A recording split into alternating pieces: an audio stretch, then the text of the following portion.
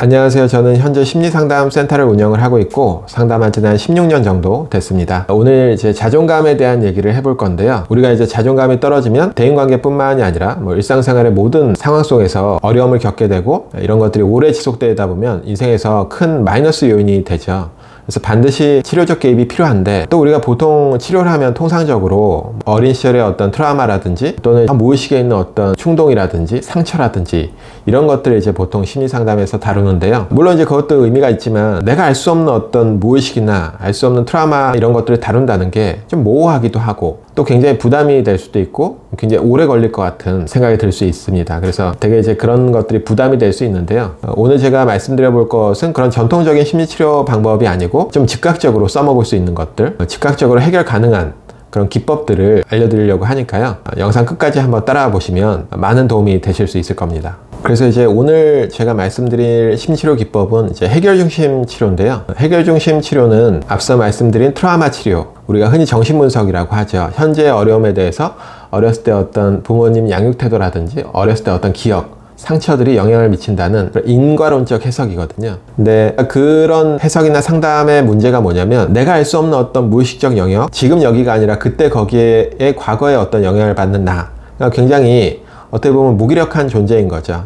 물론 이제 프로이트가 발견한 이 무의식이라는 것은 심리학계에서도 굉장히 혁신이었고 철학계에서도 현대 철학의 주체 개념을 완전히 무너뜨린 혁신적인 발견이었고, 의식적인 수준에서 우리가 이해하지 못하는 여러 가지 현상들을 설명해 준다는 점에서 이 무의식이라는 영역은 굉장히 의미가 있어요. 근데 또 반대적으로 말하면 주체적인 어떤 생각과 행동을 하는 인간의 위치가 좀 추락을 한 거죠. 그래서 여담으로 기독교 전통에서 주체적 인간의 추락이 세 가지가 있었는데요. 첫 번째가 코페르니쿠스의 이제 지동설이었고, 두 번째가 다윈의 진화설, 그리고 세 번째가 이 프로이트의 무의식의 발견이라고 합니다. 그러니까 우리는 의식적인 존재가 아니라 무의식, 내가 알 수 있는 무의식의 충동에 지배받는 하찮은 동물이라는 거죠. 근데 오늘 제가 말씀드릴 거는 인간 존재를 그런 식으로 보지 않고, 인간은 굉장히 능동적인 존재고 본인의 모든 문제를 해결할 수 있는 잠재력과 그 키를 가지고 있는 것이 본인이라고 믿는 거죠. 그래서 상담자는 거기에 대해서 치료해주는 마스터가 아니라 그걸 그냥 촉진시켜주는 대상으로서 존재한다고 보는 입장입니다. 그러니까 오늘 제가 말씀드린 내용을 따라오시면서 가져야 될 마인드는 내가 가지고 있는 모든 문제는 유튜브나 또는 책에 있는 것이 아니라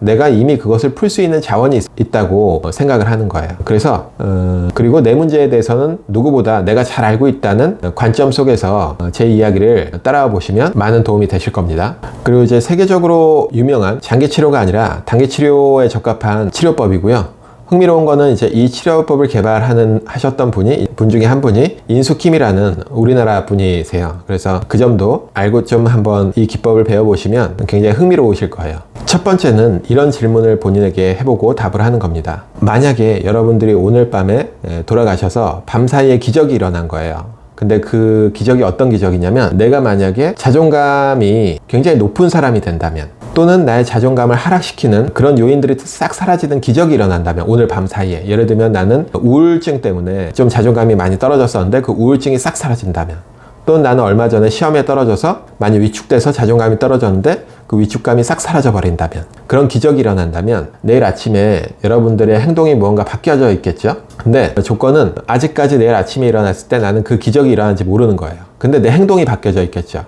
그럼 아주 사소한 거라도 어떤 행동이 바뀌어져 있으면 내가 뭔가 바뀌었구나, 자존감이 올라갔구나 라고 느낄 거 아니에요. 그럼 내가 그런 변화를 느낄 수 있는 그 사소한 사건, 사소한 일이 과연 무엇일지 한번 상상을 해보는 거죠. 이 질문법은 이제 해결 중심 치료에서 발견을 한 기적 질문이라는 건데요. 예전에 이제 상담사가 어떤 상담을 할 때 굉장히 깊은 우울증에 빠져있는 어떤 분이 그래서 하고 싶은 게 뭐예요? 욕구가 뭔가요? 라고 얘기했더니 내담자가 이렇게 얘기하는 거예요. 저는 그런 거 없어요. 저한테 만약에 기적이 일어난다면 그런 욕구가 생기겠죠. 라고 했는데 상담사가 그걸 받아서, 그럼 만약에 지금 이 순간 당신에게 기적이 일어난다면 당신은 무엇을 할 것 같아요? 그랬더니 그 우울증에 걸린 내담자가 굉장히 풍성하게 자기의 욕구나 미래 비전들에 대해서 표현을 했다는 거죠. 그래서 거기에 착안해서 이제 발견한 상담 질문 기법인데요. 기적 질문이라고 하는 겁니다. 대표적인 게 뭐가 있을까요? 만약에 내가 오늘 밤에 돌아가서 나의 모든 우울증이 싹 사라지는 기적이 일어난다면, 난 내일 아침에 일어나서 첫 번째로 새해가 오는데 나는 새해에 내가 무엇을 할지, 무엇을 이룰지 계획을 세우겠죠. 이런 답이 나올 수도 있고, 또는 뭐 아주 사소하게라도 내가 정말 그 우울증과 무기력감에서 벗어난다면 내일 아침에 내가 그런 기적이 일어난다면 이불을 개고 있겠죠 라고 얘기한다든지, 또는 내가 오늘 밤 기적이 일어나서 타인들의 시선을 전혀 신경 쓰지 않는 사람이 되어버린다면, 이렇게 물어본다면, 나는 내일 아침에 되면 내가 아침마다 줌바 댄스를 추는 그런 운동을 가는데 남들 시선 때문에 신경 쓰지 못했던 내가 입고 싶었던 옷, 예를 들면 뭐 크리스마스 복장이라든지 내가 입고 싶었던 그런 튀는 옷을 입고 가겠죠. 이런 것들이 나올 수도 있고, 예를 들면 내가 정말 남 시선이나 체면을 따지지 않고 또는 어른스럽고 항상 속이 깊어야 된다, 이런 식의 나의 생각이 완전히 사라져버리는 기적이 일어난다면, 바꿔서 말하면 나는 애 같은 사람이 된다면 난 당장 뭘 할까요? 이렇게 물어본다면, 또 남편한테 베스킨라빈스 아이스크림점에 가서 나보고 그 남편에게 그 아이스크림을 떠먹여 달라고 요구를 하겠죠. 어리광을 피우겠죠. 이런 것들이 나올 수 있다는 거죠. 이해가 되셨나요? 그리고 이제 여기서 이야기한 기적 질문에 대한 이 이제 비로소 나의 욕구라고 볼 수 있는 거죠. 욕구를 내가 알아차리는 게 왜 이렇게 중요한 거냐면요, 그러니까 우리가 통상 자존감을 올리기 위해서는 내 주장을 해야 된다, 내 욕구대로 살아야 된다, 이런 얘기를 많이 하시잖아요. 근데 그런 것들이 즉각적으로 안 되는 이유는 1차적으로 내 욕구, 내가 진짜 무엇을 하고 싶은지 하고 싶지 않은지에 대한 욕구가 잘 접촉이 안 되기 때문에 욕구 알아차림부터 되어야지 그 다음에 내가 그 행동을 할 수 있는 거예요. 그래서 지금처럼 잘 욕구를 알아차리기 어려우신 분들, 자존감이나 우울감, 불안감 때문에 접촉이 잘 안 되시는 분들은 먼저 이런 식으로 기적 질문을 해서 그 욕구를 접촉하는 연습을 해야 됩니다. 우리는 살아가면서 이제 심리적인 어려움, 자존감이 떨어질 때 두 가지 소외가 있다고 하거든요. 첫 번째는 이 세상과 타인에 대한 소외, 사람들과 함께 소통하고 있는 것 같지만 사실은 내 안에 어떤 경계와 벽이 있는 경우가 있죠.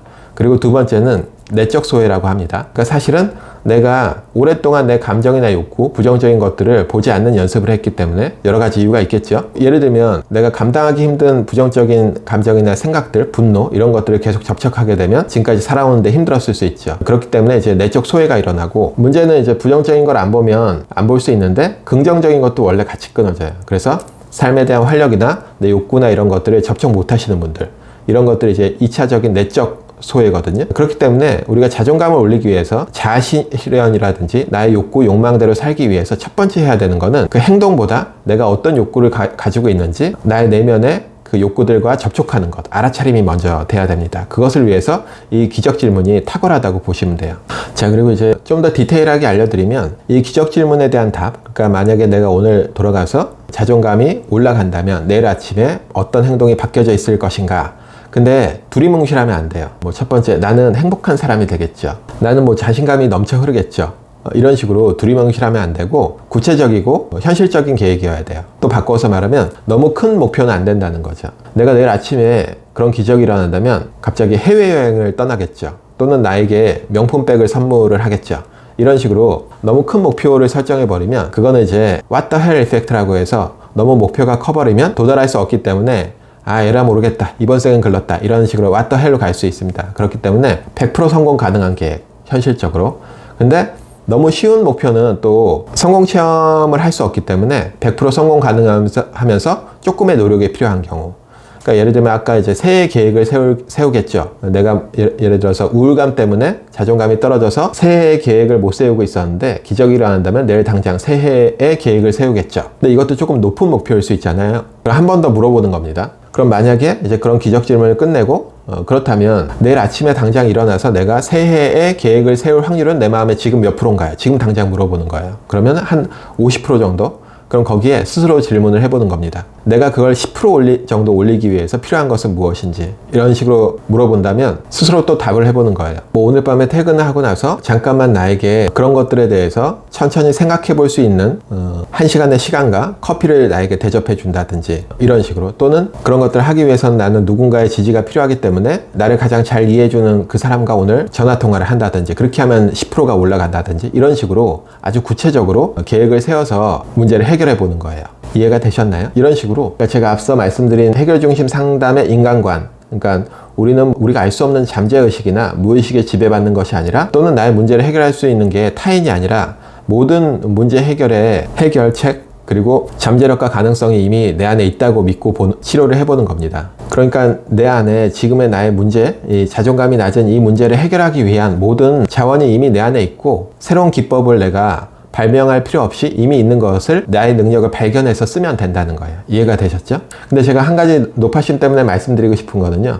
그렇다고 해서 혼자서 방 안에 앉아서 계속 그런 질문을 하면서 혼자서 많은 문제를 해결하려고 하라는 의미는 아닙니다. 계속 분석만 하고 있으라는 얘기는 아니에요. 그러니까 필요하면, 그러니까 모든 문제의 해결의 자원이 본인에게 있다는 그 마인드 속에서 여러 타인들과 접촉도 하고 조언도 받고 상담도 나오고 이래야지 치료가 될 수 있는 거지, 제가 이렇게 한다고 해서 혼자서 은둔형 외톨이처럼 계속 책만 보고 유튜브만 보면서 분석만 하라는 얘기는 아닙니다. 이해가 되셨죠? 자, 그리고 두 번째 질문은요, 스스로에게 이렇게 해보는 거예요. 나의 전 인생을 통틀어서 가장 자존감이 높았던 시기는 언제인지를 상상해 보는 겁니다. 그리고 그때 나는 어떤 사람이었는지. 지금은 되게 위축됐지만 그때는 되게 자신감이 있었던 사람일 수도 있고요. 지금은 되게 우울했던 사람이지만 그때는 되게 활기찼던 사람일 수도 있고, 지금은 혼자서 지내지만 그때는 여러 사람들과 함께 소통하면서 지냈던 사람일 수 있는 거죠. 그리고 지금은 무표정하게 있지만 그때는 정말 잘 웃었던 사람일 수도 있고, 그래서 그때를 상상해 보는 겁니다. 그리고 이런 질문을 해보는 거예요. 그때 했던 것 중에서 아주 사소한 거라도 그때 했는데 지금 하고 있지 않는 것, 그것은 무엇인지를 한번 질문을 해보고 그걸 바로 시작해 보는 거예요. 예를 들면 지금은 사업 실패하고 돈 걱정 때문에 너무 스트레스 받아서 자존감이 많이 떨어져서 안 하고 있는데, 그 당시에는 내가 되게 현실적이지 않은 추리소설 같은 것들을 많이 읽었었어요. 이렇게 답할 수도 있고요.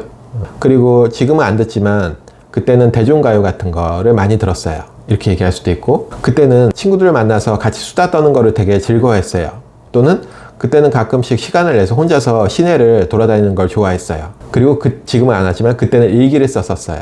이런 것들. 그리고 지금은 잘 못하지만 그때는 그래도 일주일에 한 번 정도는 커피숍에 가서 혼자서 마시는 케이크와 1시간의 시간과 커피를 나한테 항상 대접했었어요. 또는 그때는 철이 바뀔 때마다 나한테 예쁜 옷을 스스로 선물을 해줬었어요. 이런 식으로. 그러니까 내가 자존감이 굉장히 높았던 그때를 회상하고 그때 했던 것 중에 100% 성공 가능한, 지금 안 하는 것 중에 그런 것들을 하나 캐치해내서 해보는 거죠. 여기에 들어있는 이론적 배경은, 그러니까 앞서 말씀드린 대로 해결 중심 상담은 모든 해결의 실마리와 해결할 수 있는 방법은 내가 다 알고 있는 거잖아요. 이미 그런 자원은 있는데, 단지 내가 잠깐 상황이 안 좋거나 인지가 왜곡돼서 그런 부정적으로 시선이 흐르기 때문에 회복을 못하고 있다고 보는 거고, 내가 자존감이 높았던 그 시절로 시선을 옮기는 것만으로도 이미 해결이 가능하다고 보는 입장인 거죠. 이해가 되셨죠? 그래서 거기에서부터 출발해서 시작해보면 됩니다. 자, 이상으로 마치고요. 그럼 정리를 해보면, 제가 오늘 해결 중심 치료, 그러니까 간단한 질문 2가지로 자존감을 빠르게